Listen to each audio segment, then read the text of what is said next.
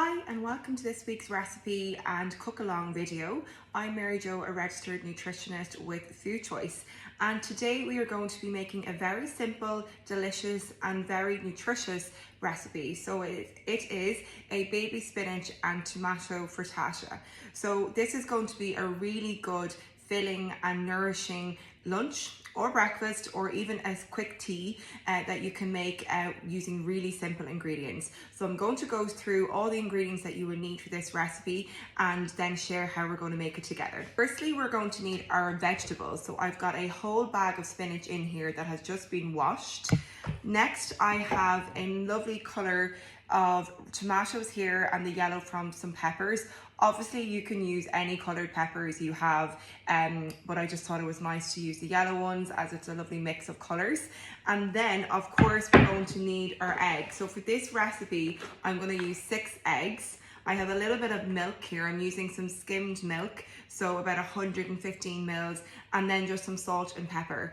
And just simply with the vegetables, kind of dice them up roughly. They don't need to be super small, and the spinach can just be left as it is. It will start to wilt down as we cook it.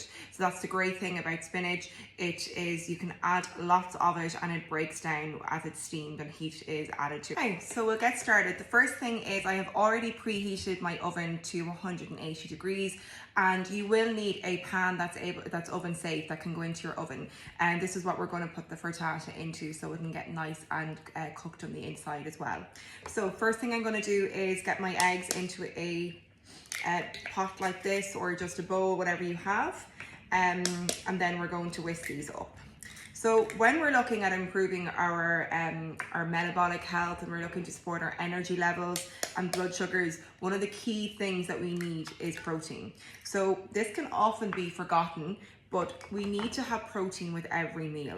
So protein can come from lots of sources. Eggs are a great example, and the egg whites are the part that is full of the protein. So you can eat your egg whites really to get the protein, and the egg yolks are the fat component of the egg. Now you can have egg yolks as part of a balanced diet. They're really nutritious, but you don't want to have more than 2 a day. This recipe does serve 5, so we're fine with this, with the 6 eggs that go in here. Now, like I said, when we're making a balanced meal, it needs to contain protein. And the reason we need protein, it really helps to satiate our body and stop us getting hungry. So if you find yourself getting like hungry 1 hour after eating, or you're constantly craving sugar, check what your protein intake is like. Do you skip protein at breakfast? Do you have a very low protein lunch? And then the only protein you have in your meal is your dinner at night time, where you might have a bit of meat with your vegetables and potatoes. So check that, because that's what keeps us fuller for longer. It also is so important for our bone and muscle health as well, and it helps to increase lean muscle mass. And if we've got more lean muscle mass, we've got less fat in our body. Obviously that's in simple terms, but that's kind of what really is, I suppose, a component of longevity, of good health, is having more lean muscle mass. This helps to increase your metabolism and burn more fat while at rest, and burn more calories while at rest. So really important that we're focusing on adding more protein to the diet to help ensure that we're satiated, we're regulating the blood sugars. Blood sugars get unstable if we don't have protein with every meal, and that means you're going to have drops in energy, fatigue, slumps, and want sugar. And that's why you can't say no to the office biscuits. That's why when things come around, treats and things, you really find it hard to say no, because it's just so tempting, because your blood sugars are not balanced, and therefore you just really want to eat any sugar to lift your blood sugars up again. So now I've just added the milk there, you've seen that. I've whisked this now until it's nice and smooth. I'm just going to add in a pinch of salt and pepper, just for a little bit of flavouring as well. And then we'll add in our then we're going to go on to the next step, which is just kind of cooking off the vegetables. And of course we know we need vegetables, but I will explain the benefits of vegetables and why we need them. Now I just need a little pinch of pepper, not too much. So now I am over at the cooker and I have added a little bit of extra virgin olive oil into a pan, and I'm just letting that heat up before I'm adding in the vegetables. So what we have, like I said at the beginning, is our cherry tomatoes and some yellow peppers. Honestly, you can add in whatever vegetables you have here. You could add in red peppers, courgette, really whatever's kind of left over, spring onions, even peas and things like that. Like, don't be afraid to just add any vegetables in here. You don't need to be very specific about following a recipe, because when we're looking at vegetables, when we're looking at a meal, should I say, we really should be trying to reach the rainbow, get as much colour on our plate as possible. This is how we get the benefits of these foods into our diet, because every single one of those colours exerts a positive benefit onto our health. It helps support gut health, our liver health, our kidneys, our immune system. Honestly, there's a reason for all of those colours. There's beta carotene, there's flavonoids in all of these foods. So these are all properties that exert really beneficial effects onto us, the body, and we'll feel these benefits then as we eat more of these. So that's why the advice is always to eat the rainbow, because more colour in your diet will support longevity and good health overall. Now, also, most vegetables, or all vegetables, really contain fibre. And fibre is another key ingredient that we really need for blood sugar control. So it helps to slow down digestion, meaning that the food isn't released sharply into the bloodstream.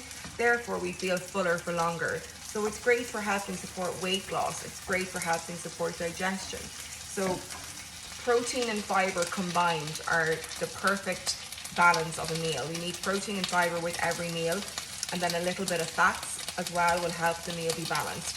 So in this meal, we've got our egg yolks for fats, and also I've used some olive oil in the cooking. That will also contribute to some of the healthy fats in this meal.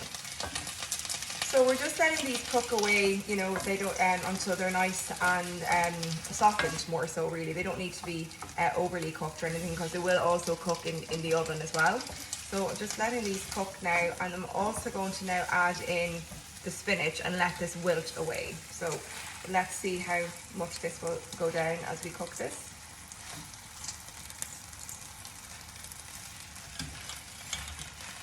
Spinach is actually a fantastic source of fibre. It's very, very good for helping with digestion and constipation. So definitely one to add to your diet. It's also full of goodness, magnesium, which is really good for your nervous system. So very important to include in the diet as well. I always recommend clients to add spinach into diets, because it's one of those vegetables that doesn't have a strong taste, but you can sneakily get it into foods like your curries, your stews, because it wilts down, and in eggs dishes like this, it will wilt down as well. Okay, so you can see now how much that spinach has completely wilted down, which is brilliant. I'm going to turn down the heat on this now, and going to add in the eggs and see how we get on. So just pour it in, and we're going to just mix it through. And yeah, lovely. Another really important part of fibre in your diet that I want to mention is how it is really helpful for cholesterol. So if your cholesterol is really high, or you struggle with high cholesterol, fibre helps to bind to cholesterol in our body and helps us remove it through our stool.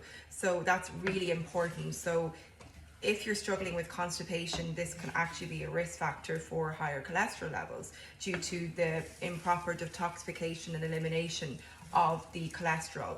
So really important that you're adding more fibre to your diet to help manage cholesterol levels. So I've stirred this now until all is combined, and that's all you need to do. And the next thing that we do is you put it in the oven. So you put it in a preheated oven at 180 degrees for 15 minutes. You probably will need to check that your egg is cooked fully on the inside, so it might depend on the oven that you're using, but that's roughly the guideline. And you want your egg to be nice and cooked, but it should be like a fluffy type texture in a frittata. And so I'll put this in the oven now and come back and show you what it looks like when it's completed. Okay, so I've just taken that out of the oven after 15 minutes, and that actually did it perfectly. So that's our frittata you can have for breakfast, lunch or tea. These are actually a great option for leftovers and meal prep. So you can cut this into slices and put them into individual containers and leave them in the fridge. A frittata should actually last 3 to 5 days in the fridge, and then you can microwave it. So it's great for meal prep as well. And like I said, this is super filling. It will really keep you full for long versus say a lunch that has no protein and fiber in it. So hopefully you enjoyed, give it a go, and thanks for watching.